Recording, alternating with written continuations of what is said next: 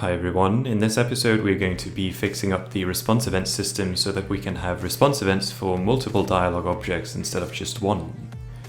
I am also going to be giving you recommendations for how to set up graphics and how to animate text, but since I don't have time to cover those topics, I'm just going to direct you to Unity's examples.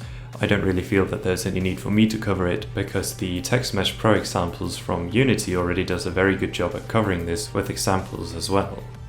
Okay, so what I've got here is I've got the same setup from the last episode where when you click the yes response inside of the test dialog object, the response event here gets set to the done dialog object. But what I've gone ahead and done is I've set the responses for the done dialog object to contain a single response with the text OK, and what I essentially want is I want a response event when you click OK, and I want that event to zoom up the camera to 15. Now if we go ahead and play the scene here and go talk to a circle, then of course the first one still works, but when we click OK, nothing happens.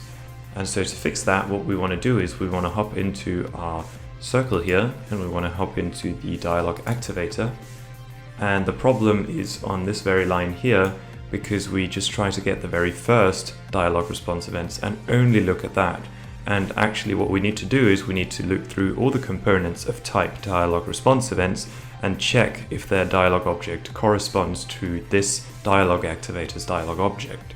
So let's just get rid of that, and what we need to do is we need to make a for each loop, and we want to loop through the dialog response events, so we'll just do response events, and the method we want to use to get all components of that type inside of this game object is getComponents and dialog response events.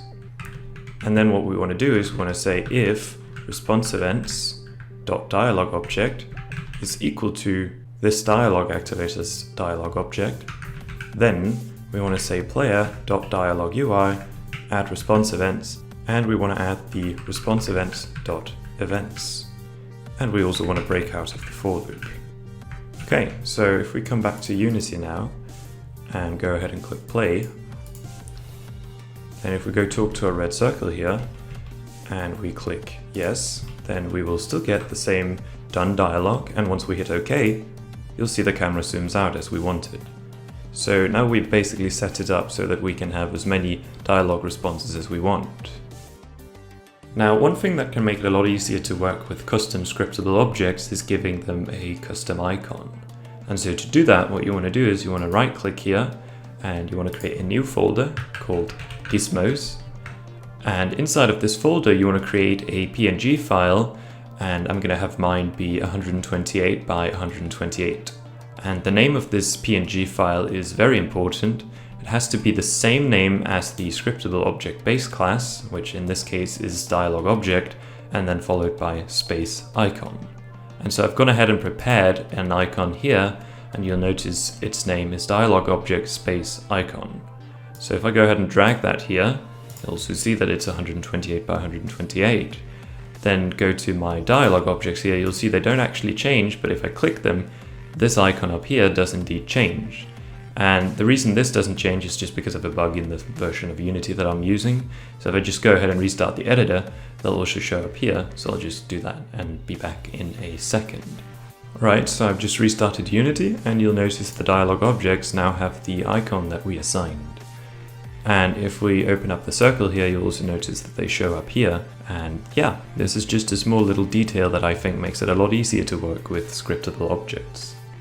For the graphics for the dialog box and the response box, if you want to add graphics to it, I would recommend going ahead and creating a square graphics of sort, and then using 9 slicing to set up the graphic to be repeatable, as you can see I'm doing on the screen right here with this very basic square example here. And then once you drag it onto the dialog box, its size will scale dynamically with the dialog box no matter the size you pick, and there won't be any stretching at all.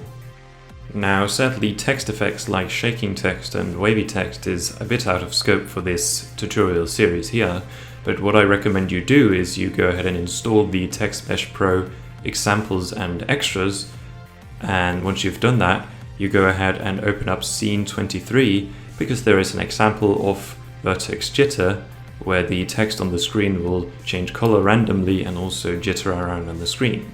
And the code for the vertex jitter is very well documented with a lot of information and comments, so I definitely recommend you go ahead and read that and have a look at that example if it's something you need in your game. Alright, that's going to do it for me for this series. I hope you learned something new and I hope it was useful for you. Feel free to ask any questions in the comment section down below and I'll try to get to you as soon as possible. I'll also put a link to the GitHub page in the video description down below so you can find all the code there, and if I end up finding some kind of major issue in the code, I'll also update it on GitHub. Thank you so much for watching and until next time, take care.